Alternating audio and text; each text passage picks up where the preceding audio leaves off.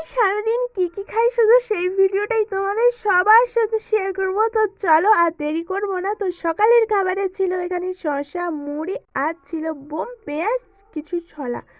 তো খাওয়ার পর দেখলাম অনেকগুলো দিন পর ঠাম্মা এনেছিল আমাদের বাড়িতে পেটাই পরোটা। তো সেটা নিয়েই বসে পড়লাম খেতে। আর এটা খেতে কিন্তু কার কার ভালো লাগে অবশ্যই কমেন্ট করে জানিও। তো তেমন টেস্টি হয়নি ঘুগনিটা, ঘুগনি কিন্তু দারুণ টেস্টি হয় পেটাই পরোটা। তো খুব একটা ভালো লাগলো না। তো দুপুরের খাবারে কী কী আছে তো চলো। তো এখানে আছে ডিমের ঝোল, বেগুন ভাজা আর আলু শিম ভাতে।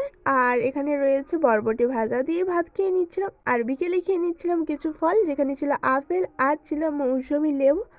আর রাত্রের খাবারে ছিল আজকে মুড়ি। তো মুড়িটা ভাবলাম আজকে মাখাই করি, যদিও খাওয়ার ভিডিওটাই দিচ্ছি। তো এখানে ছিল শসা গাজর কড়াই সেদ্ধ আর ছিল চপ।